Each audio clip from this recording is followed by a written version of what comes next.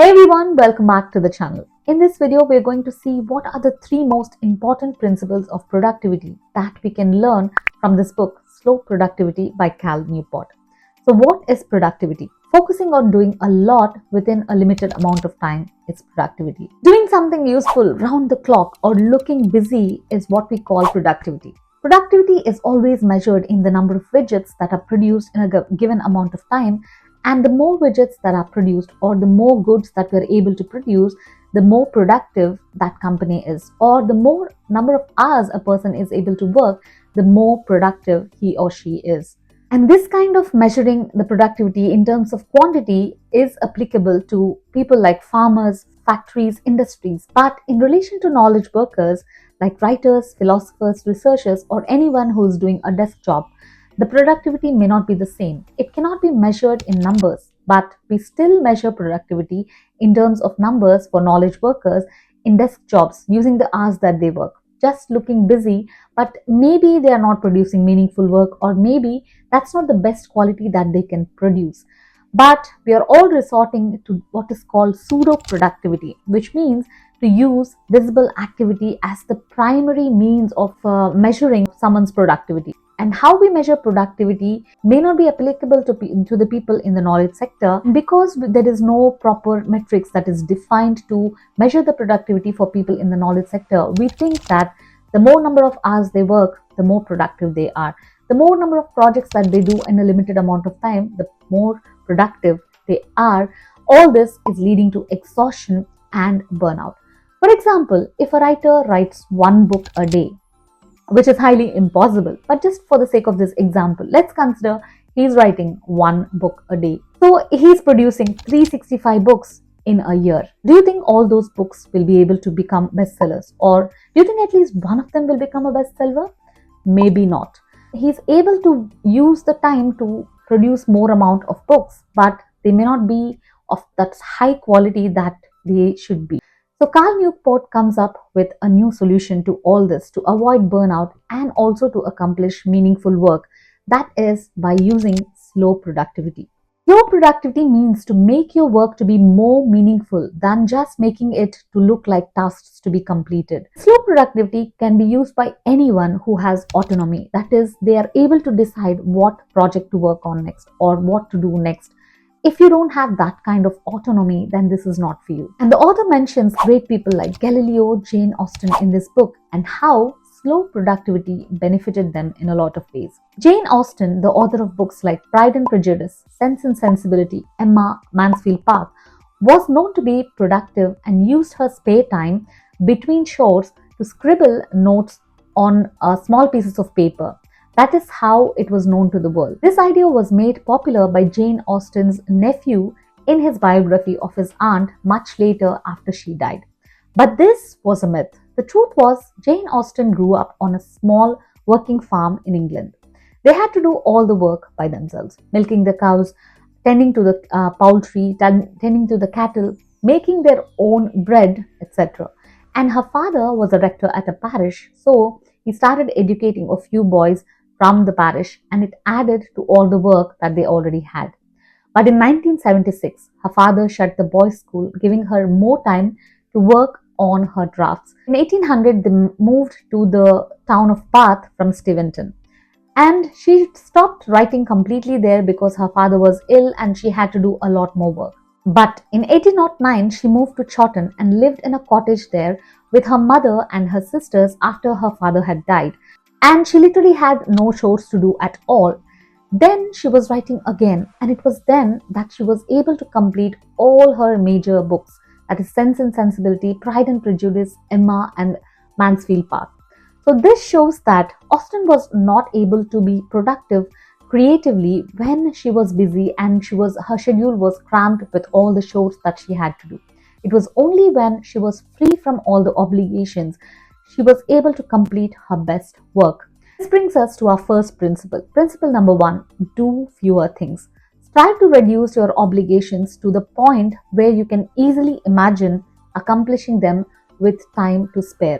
Leverage this reduced load to more fully embrace and advance the small number of projects that matter most. Every commitment in the knowledge work has to be done with a lot of communication, emails, Slack messages, and a lot of coordination for that work to be done. The work itself might not be that big, but the overhead tax, that is all this administrative work that you need to do to complete the task, makes the work take longer to do it. So when you already have a few things to do on your plate, if you add one or more tasks to this, the overhead tax also increases, making it impossible to complete all this work within the time that you want to do it in. So if you need 7 hours to complete one work and you concentrate on that one work, you have to deal with the overhead tax of that one work alone. But if you take on 2 or 3 more tasks at the same time and you have to complete them within a day, within the same 7 hours, you have to deal with the overhead tax of all those other 3 works, leading to making the work to be delayed, because most of the time goes into dealing with this overhead task, that is the communications and the administrative work that is involved with doing that work. So doing fewer things leads to more productivity in such a scenario. When we take on fewer things to do, the quality of our work increases instead of just completing something just to meet the deadlines or just for the sake of completing it. Using the time we have to focus on fewer things also helps us to give valuable outputs, to give out quality work. And one of the methods by which the author suggests we do this is by containing the small tasks. And he explains a lot of other strategies to do this. But one that I want to mention here is to put tasks on autopilot. When you have something major to do, writing your thesis or writing an assignment, we wait for the last minute to get the motivation, to get the rush of the motivation to kick in, and then this will help us to get it done within the deadline. But this will not definitely give you the best results and the best grades. Of course, you'll be able to submit it on time, but not your best work. Instead of doing this, make it a point to set aside time for it each day from the day you know that you have to submit an assignment or you have to submit a thesis to write. Just 30 minutes or 1 hour a day, every day for that project, so that it becomes a part of your routine, your autopilot, and at that particular time of the day, you're doing just that and nothing else, helping you to not only complete it on time, but also put forward your best work because it is a part of your autopilot now. Galileo, who identified the laws of pendulum, started working on them in 1584 or 1585. But only in 1602 he finally gave the world the laws of the pendulum, which means he was not in a hurry to find the solutions or discover something. He took his time. He also had a life, a private life. He also studied literature and poetry, attended the theatre, and he continued to play the lute with high proficiency. So he did not stuff his days with just busyness, doing something to complete all that he had achieved, but he took his time. But he produced the results which were outstanding and which stuck with us forever. It is true that most of us have bosses or clients making demands, but they don't always dictate the details of our daily schedules. It's often our own anxieties that play the role of the fiercest taskmaster. Galileo, Newton, and all other scientists give us an alternative approach to our work, giving our more important work more time, working with different intensities over time to produce the best quality and to produce great results. This approach is sustainable and it is a long-term strategy for producing results that matter the most to us. This brings us to the second principle of slow productivity. Principle number 2 is to work at a more natural pace.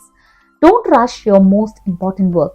Allow it instead to unfold along a sustainable timeline with variations in intensity in settings conducive to brilliance. We can find the proof for this principle to be productive in the way farmers back in the day only produced crops in a particular season and remained inactive or without any kind of work during the non-season. This varied intensity in their work did not affect their livelihood, did not affect their life in any way. It still gave them maximum productivity. Working with the same intensity all the year long as is artificial and unsustainable. In the moment, it might exude a false sense of usefulness, but when continued over time, it estranges us from our fundamental nature, generates misery, and from a strictly economic perspective, almost certainly holds us back from reaching our full capabilities. A more natural, slower, varied pace to work is the foundation of true productivity in the long term. But how do you apply this principle to modern day settings or to the modern day knowledge work? There are different strategies that the author suggests, but the one I like to discuss here is take longer. Make a 5 year plan. Our long term planning is mostly restricted to the next few months or to the next 1 year. But when you want to do something like writing a book, working on a business plan, these things take longer than you expect them to take, and they take longer to materialize. So for your bigger goals, always make the plan for more years rather than saying you'll do it in the next few months or in the next year. The author Cal Newport, when he was doing his computer science doctoral program in MIT, also had the passion to become a writer before completing his studies. He didn't want the pressures of his present education push him away from his dream to become a writer. So he decided that for the next 5 years or the next few years that he's going to be studying, he would find a way to keep publishing books, to keep writing, and the plan was to become an established author by the time he finished his studies. When he had this long-term plan, he kept coming back. He kept returning to his writing goals time and again. This setting up of a long-term plan gave him the breathing space to be comfortable, even if he wasn't seeing any immediate results related to his writing.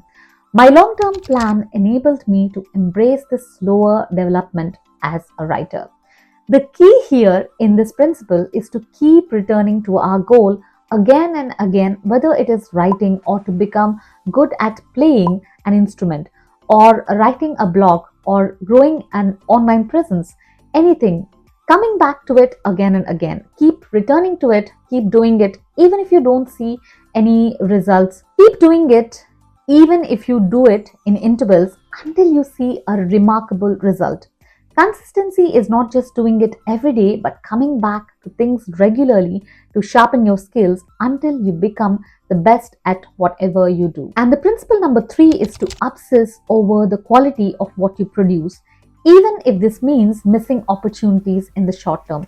Leverage the value of these results to gain more and more freedom in your efforts over the long term. This third and final principle suggests that you have to obsess over the quality of the work that you're doing, of the core activities that you're involved in your professional life. We often look for ways to instantly gratify our desire to succeed or to feel that we are doing something meaningful, either by measuring it in terms of the promotions that we get, or in terms of the salary hike that we get, or in terms of the followers that we get on social media.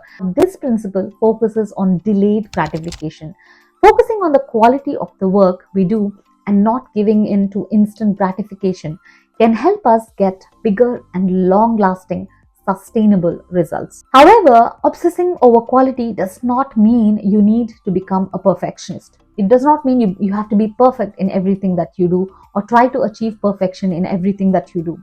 There has to be a balance in the work that we do. There has to be a balance between perfection and quality. Take time to produce quality work, but not unlimited time. Focus on doing something remarkable enough to get the attention of the people that you're doing it for. But don't expect to create a masterpiece every time you're working on something.